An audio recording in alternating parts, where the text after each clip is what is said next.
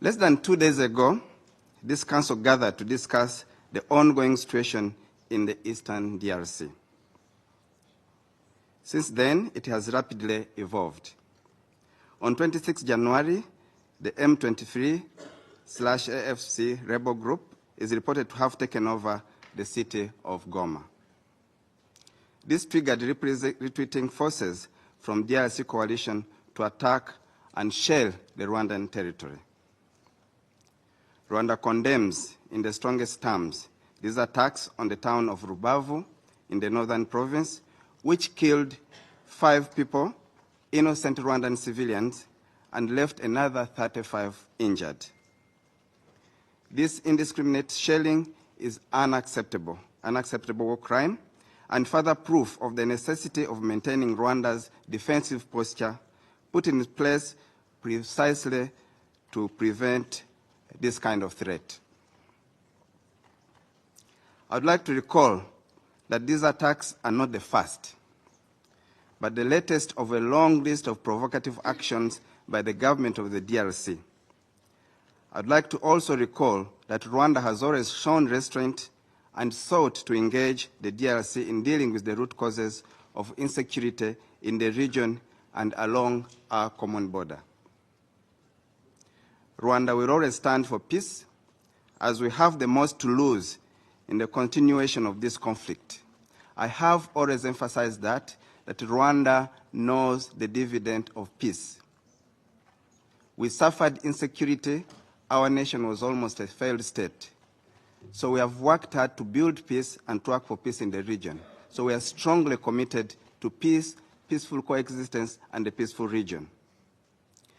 The coalition of anti-Rwanda forces on our border poses an existential threat to our country, which is not the case for the government of Kinshasa, which feels insulated from whatever happens 2,000 kilometers away.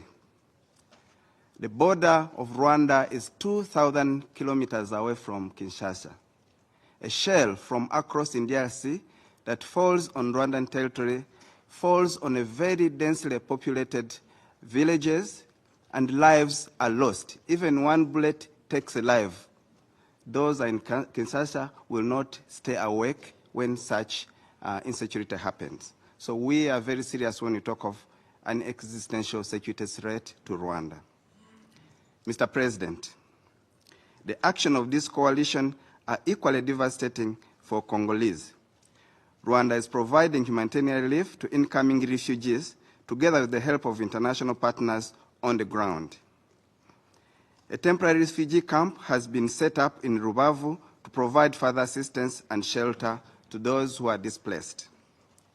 In addition, many countries have requested our assistance in facilitating the evacuation of their nationals, including European countries of origin of the mercenaries who have been deployed in eastern DRC.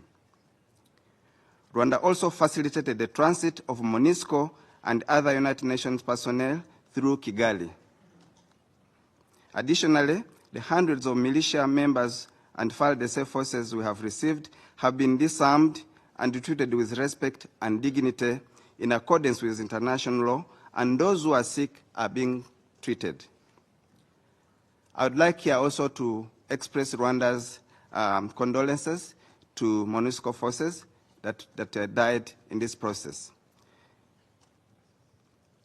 On the contrary, we have been dismayed by the reports of attacks and looting of diplomatic missions in Kinshasa, including the Rwandan embassy and several other embassies of members of this council. These thuggish acts, most of which are committed in the passive presence of DRC security forces, are in total violation of international law, especially the 1961 Vienna Convention. Rwanda therefore calls on the DRC to take its diplomatic obligations seriously and hold perpetrators accountable. I'd like to emphasize that those who followed the media, the Rwandan embassy in Kinshasa was among those that was totally burnt down. Mr. President, the deteriorating security situation in the eastern DRC has only one immediate cause: the obsession by the president of the DRC for a military solution and thirst for regime change in Rwanda. We have said over this over and over to this council.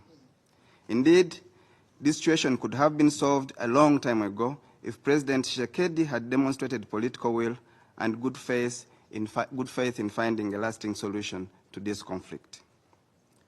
I would like to recall that President Tshisekedi took the unilateral decision to expel the M23 from the political dialogue under the Nairobi process, as well as East African Community Regional Force, which was deployed by EAC.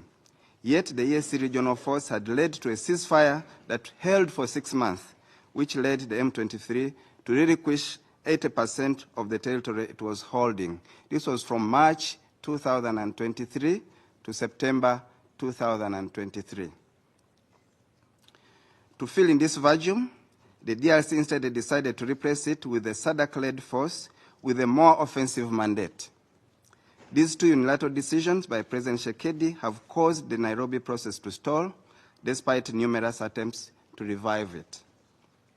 Mr. President, Council members, as if frustrating the Nairobi process was not enough, the DRC President repeatedly made inflammatory statements against Rwanda.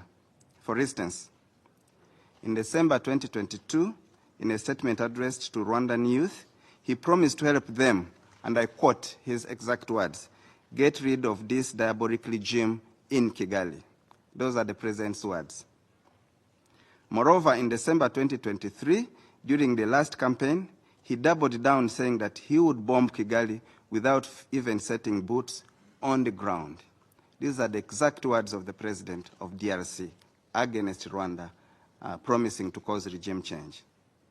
This echoes a similar statement made on 17th November 2024 in Katanga, when he told military and provisional leadership that if he is given the opportunity to revise the constitution, he would use this new term to overthrow the government in Kigali. Those are clear and constant threats that Rwanda will never take lightly. To implement these threats, President Tshisekedi has mobilized a large coalition which includes the FDLR, genocidal militia, European mercenaries, Wazalendo militias, Burundian armed forces, and SAMI DRC. Council members, consequently, Rwanda calls on all foreign forces deployed in the DRC to withdraw from this coalition only aimed at harming Rwanda.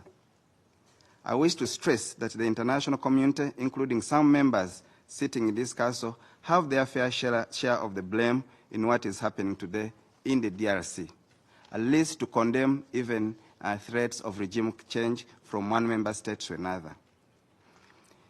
You also chose to turn a blind eye on these inflammatory statements and the build-up of the aforementioned military coalition, never once condemning the regime change agenda behind them.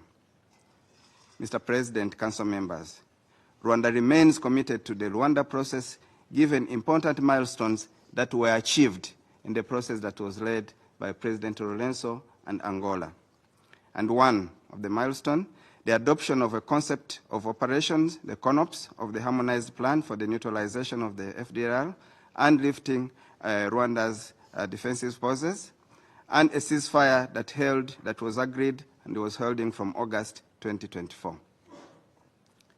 The remaining security issues between Rwanda and the DRC was the AFC M23 question.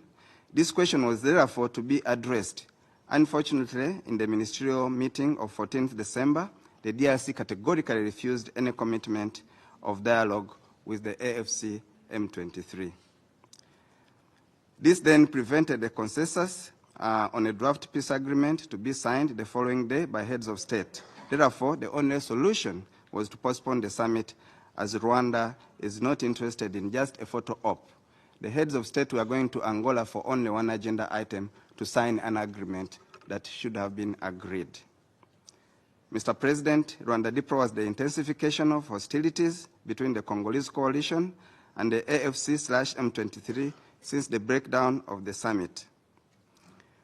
More worrying is the intense shelling by FDLR, FARDC, from densely populated areas, including IDP camps, towards other populated areas held by AFC and M23. In order to bring about peace in Eastern DRC, Rwanda calls on the following. 1. the full implementation of mainly the neutralization of FDLR, which will lead to the lifting of Rwanda's defensive measures. 2, beyond the CONOPS, Rwanda calls on the withdrawal of foreign troops, part of the Congolese coalition, and we call for European mercenaries to be repatriated and be held accountable. 3, Rwanda believes that MONUSCO can be useful in restoring peace in the Eastern DRC by stopping its support to a national army with a regime change mandate, as well as its support to a UN-sanctioned genocidal force and European mercenaries. Rwanda also reiterates its position that it has no hostile intentions against MONUSCO, despite its total failure over the past 26 years. 4, Rwanda believes in the strict adherence to the ceasefire of August 4th, 2024 by all parties, which would allow for a favorable environment for direct dialogue between the DRC and the M23. In this regard, I want to inform you that His Excellency President Kagame spoke with his counterparts from South Africa, His Excellency President Ramaphosa, yesterday. This positive conversation, held in a cordial atmosphere, was productive as it supported the already agreed ceasefire and the resumption of political talks, including with the AFC and M23. I also wish to inform you that tomorrow there will be a virtual ESC summit convened by His Excellency President Ruto on this very question.